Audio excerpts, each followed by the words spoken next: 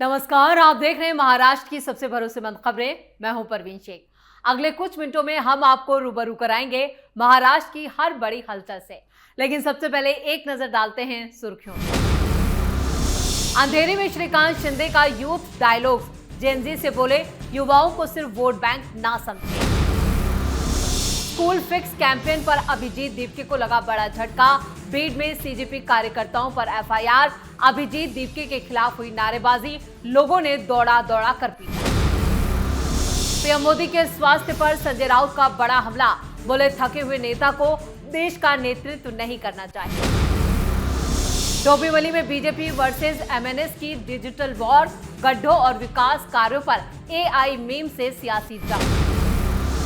मराठी भाषा पर घमासान तेज, नेता की ट्रांसपोर्ट मिनिस्टर को चुनौती। रिक्शा चलाऊंगा, पैसे कमाऊंगा, लेकिन मराठी नहीं बोलूंगा। नागपुर आ रहे राहुल गांधी, संघ मुख्यालय जाने की भी चर्चा। छात्रों की गूंज से जेनजी को साधने का प्लान। यवतमाल के लोड़ी गांव में अवैध शराब के खिलाफ आवाज उठाने वाली महिलाओं को जान से मारने की धमकी। ग्रामीणों ने महिलाओं की सुरक्षा और धमकी देने वालों के खिलाफ कार्रवाई की मांग।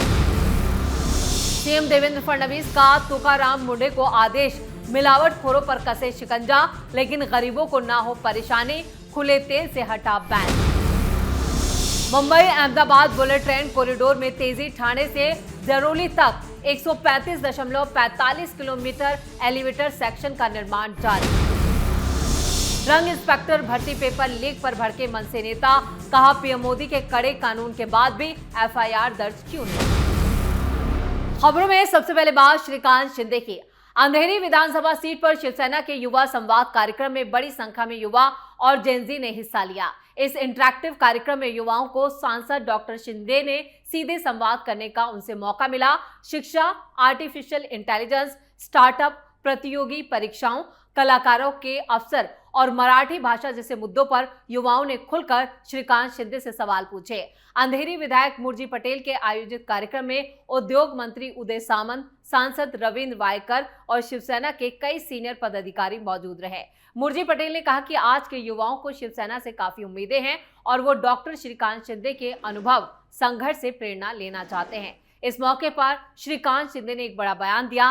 उन्होंने कहा, युवाओं को केवल चुनावी वोट बैंक के रूप में नहीं देखा जाना चाहिए। उनके साथ सीधा और दो तरफा संवाद जरूरी है ताकि उनकी आकांक्षाओं और भविष्य की जरूरतों को समझा जा सके। कार्यक्रम में छात्रों ने डिजिटल शिक्षा की बढ़ती गलत और महंगी कोचिंग का मुद्दा भी उठाया। इस पर डॉक्टर श्रीकांत शिंदे ने कहा कि स्थानीय स्तर पर डिजिटल लर्निंग सुविधाएं मौजूद है और उनकी संभावनाएं बढ़ाई जाएंगी। स्टार्टअप और एआई को लेकर उन्होंने महाराष्ट्र को देश के अग्रणीय स्टार्टअप इकोसिस्टम में से एक बताया। वहीं कलाकारों के लिए बेहतर मौके और सम्मान की मांग पर सकारात्मक कदम उठाने का भरोसा भी दिया। मराठी सीखने की इच्छा जताने वाले एक छात्र के सवाल पर डॉक्टर श्रीकांत शिंदे ने युवाओं के लिए मराठी भाषा सिखाने की पहल शुरू करने पर विचार करने की बात कही। उन्होंने जेनजी को सलाह दी कि वो किसी के बहकावे में आने की बजाय 2014 से पहले और बाद के विकास कामों की तुलना कर अपना फैसला खुद लें। श्रीकांत शिंदे ने इस मौके पर राहुल गांधी पर भी निशाना साधा, जो जिस तरह से पुणे में पहुंचे और छात्रों की गूंज कार्यक्रम में राहुल गांधी ने जिस तरह से लड़कियों के साथ बात की, उसको लेकर भी एक एक करके श्रीकांत शिंदे ने कांग्रेस और कांग्रेस सांसद पर हमला बोला। खबरों में आगे बढ़ते हैं।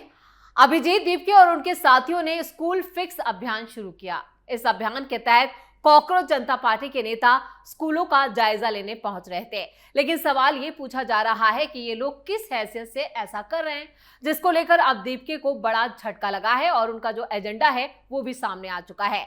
जयपुर में कॉकरोचों की पिटाई हुई, कॉकरोचों का अपहरण करके उनकी जमकर ठुकाई की गई। वहीं सीजेपी के आशुतोष राका की भी पिटाई की गई। अब महाराष्ट्र के बीड में इन सीजेपी के खिलाफ मामले दर्ज किए गए हैं। इसे अभिजीत दीपके के लिए एक बड़ा झटका माना जा रहा है। बीड के आष्टी तालुका के वेतालवाड़ी जिला परिषद स्कूल में कॉकरोच आए थे और ये कॉकरोच स्कूल वीडियो बनाने लगे। हालांकि इन कार्यकर्ताओं पर प्रधानाचार्य की पिटाई और मारपीट का आरोप लगा। प्रिंसिपल राम खाड़े की शिकायत के आधार पर सीजीपी कार्यकर्ता तुकाराम ओनेवे और उनके साथी के खिलाफ सरकारी कामकाज में बाधा डालने के आरोप में आष्टी पुलिस स्टेशन में मामला दर्ज किया गया। और बात सिर्फ यही खत्म नहीं हुई। अपने खिलाफ दर्ज मामलों को लेकर सीजीपी कार्यकर्ता काफी नाराज रहे। स्कूल प्रशासन पर बदले की भावना से झूठी शिकायत करने का भी आरोप लगाया। कांग्रेस जनता पार्टी ने शिक्षा अधिकारी के कार्यालय के ठीक सामने धरना शुरू कर दिया। इस बार विरोधी आरोपों के कारण सीजीपी के स्कूल सुधार अभियान को झटका लगा है। कॉकरोच के कार्यकर्ता इस विरोध प्रदर्शन से इलाके में तनावपूर्ण माहौल बन गया। मुंबई में कुछ प्रमुख सीजीपी कार्यकर्ताओं ने राज्य शिक्षा मंत्री दादा भूसे से भी मुलाकात की। इस दौरान उन्होंने भूसे को फिक्स स्कूल अभियान की जानकारी दी और इसके मकसद के बारे में बताया।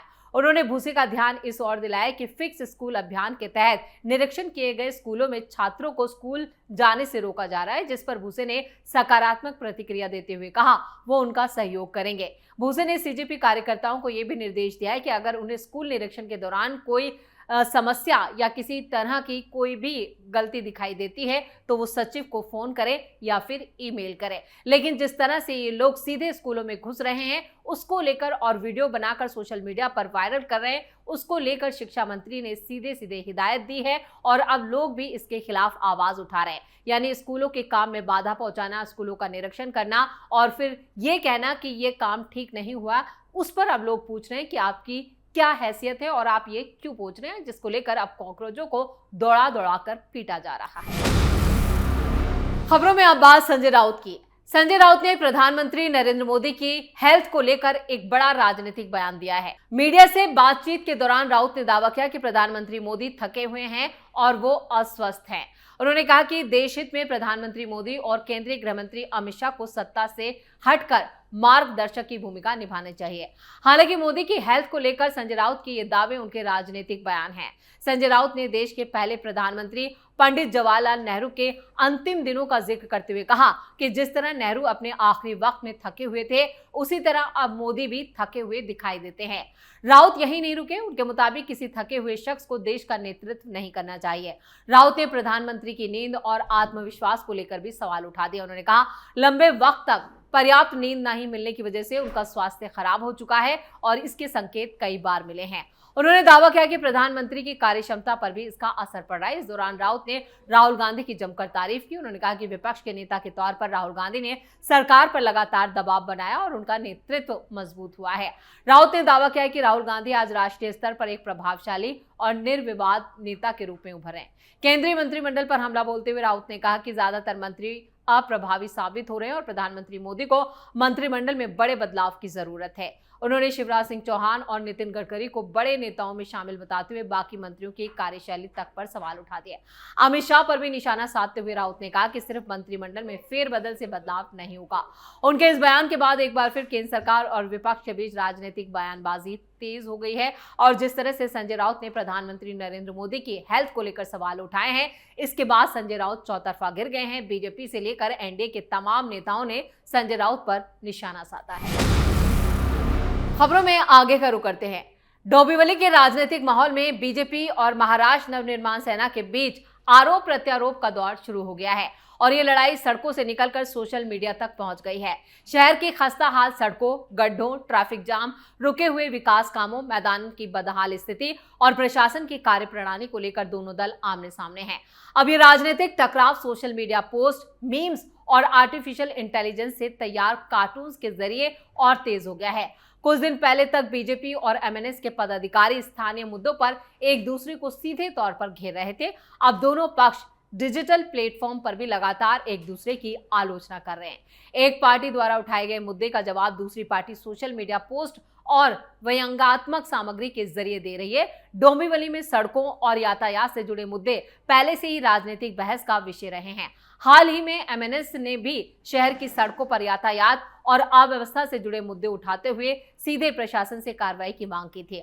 अब सोशल मीडिया पर जारी इस सियासी मुकाबले ने डोंबिवली की राजनीति में नई बहस छेड़ दी है। दोनों दल अपने अपने स्तर पर यह दिखाने की कोशिश कर रहे हैं कि शहर के असली मुद्दे कौन उठा रहा है और जनता के हितों के लिए कौन ज्यादा सक्रिय है। एआई से बने कार्टून और मीम्स ने इस राजनीतिक जंग को नया रंग दे दिया है। स्थानीय मुद्दों को लेकर शुरू हुई ये लड़ाई अब किसका मुद्दा बड़ा है और किसका पद बड़ा है जैसी राजनीतिक प्रतिस्पर्धा में बदलती दिखाई दे रही है। आने वाले दिनों में ये डिजिटल सियासी जंग और तेज होने वाली है। खबरों के आखिर में बात मराठी पर मारधाड़ की। महाराष्ट्र में ऑटो रिक्शा और टैक्सी ड्राइवरों के लिए मराठी भाषा अनिवार्य किए जाने के मुद्दे पर राजनीतिक विवाद तेज हो गया है। राज्य के परिवहन मंत्री प्रताप सरनाईक की चेतावनी के बाद उत्तर भारतीय विकास सेना के नवी मुंबई जिला अध्यक्ष पंडित संजय दुबे ने एक वीडियो जारी करके इस फैसले का विरोध किया है। दुबे ने साफ शब्दों में कहा है कि मैं रिक्शा चलाऊंगा, पैसे कमाऊंगा, लेकिन कभी मराठी नहीं बोलूंगा। मराठी भाषा ना बोलने वाले रिक्शा और टैक्सी ड्राइवरों के परमिट रद्द किए जाने की चेतावनी के बाद यह मुद्दा और ज्यादा गर्मा गया है।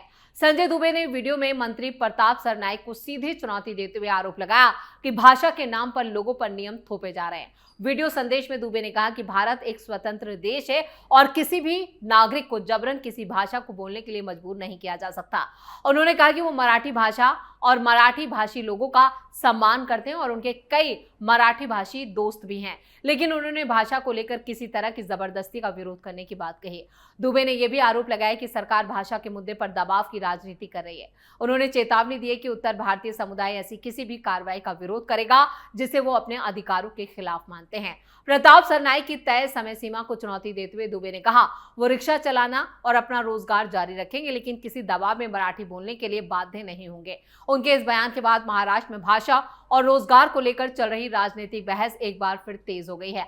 अब देखना ये होगा कि सरकार इस विरोध पर क्या रुख अपनाती है और मराठी भाषा को लेकर जारी ये विवाद आने वाले दिनों में कितना बड़ा राजनीतिक मुद्दा बनता है, क्योंकि उत्तर भारतीयों को लगातार निशाना बनाया जा रहा है। जिनके वीडियो सोशल मीडिया पर वायरल हैं, उनसे जबरदस्ती मराठी बुलवाई जा रही है और कई ऑटो रिक्शा और टैक्सी ड्राइवर तो अपनी ऑटो और टैक्सियों को ट्रेन में डालकर दूसरे राज्य में भी भेज रहे हैं, जिससे उनके रोजगार को लेकर भी कई सवाल खड़े हो रहे हैं और खासतौर से उत्तर भारतीयों और बिहारियों में एक तरह का खौफ देखा जा रहा है।